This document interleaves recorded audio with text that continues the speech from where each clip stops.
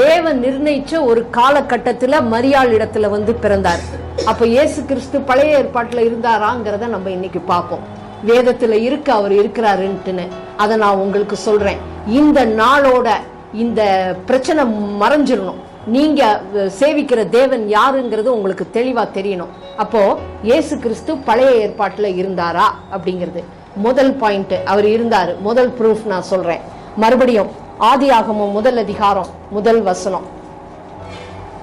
ஆதியிலே தேவன் வானத்தையும் பூமியையும் சிருஷ்டித்தார். சரி, இப்படி எழுதியிருக்காங்கல்ல. நான் இங்கிலீஷ்லயும் சொன்னேன்.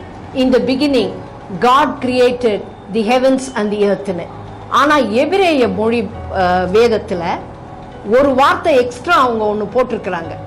எக்ஸ்ட்ரா ஒரு வார்த்தை இருக்கு. அது எப்படி இருக்குன்னா, ஆதியிலே தேவன், அதுக்கு இந்த இடத்துல தேவனுக்கு அப்புறம் ஒரு வார்த்தை அவங்க போட்டிருக்காங்க.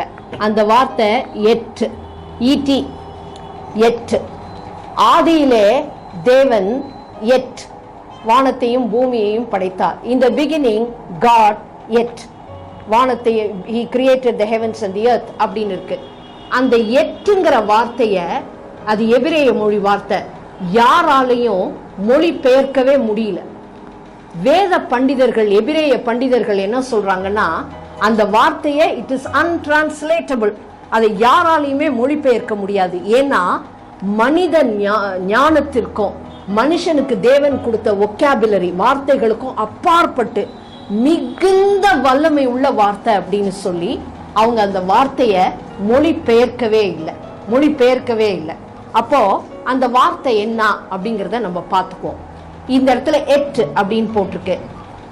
எபிரேய மொழி எழுத்து ஆல்பபெட், அதுல முதல் எழுத்து அலெஃப். அலெஃப்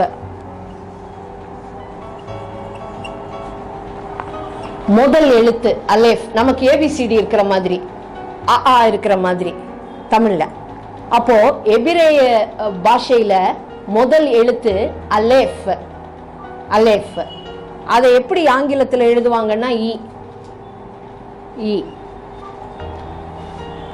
அவங்களோட கடைசி எழுத்து 22வது எழுத்து, அவங்களுக்கு 22 ஆல்பபெட் இருக்கு. 22வது எழுத்து டாவ், அத டீன்னு போடுவாங்க. அப்போ இது ரெண்டும் சேர்ந்தது எட்.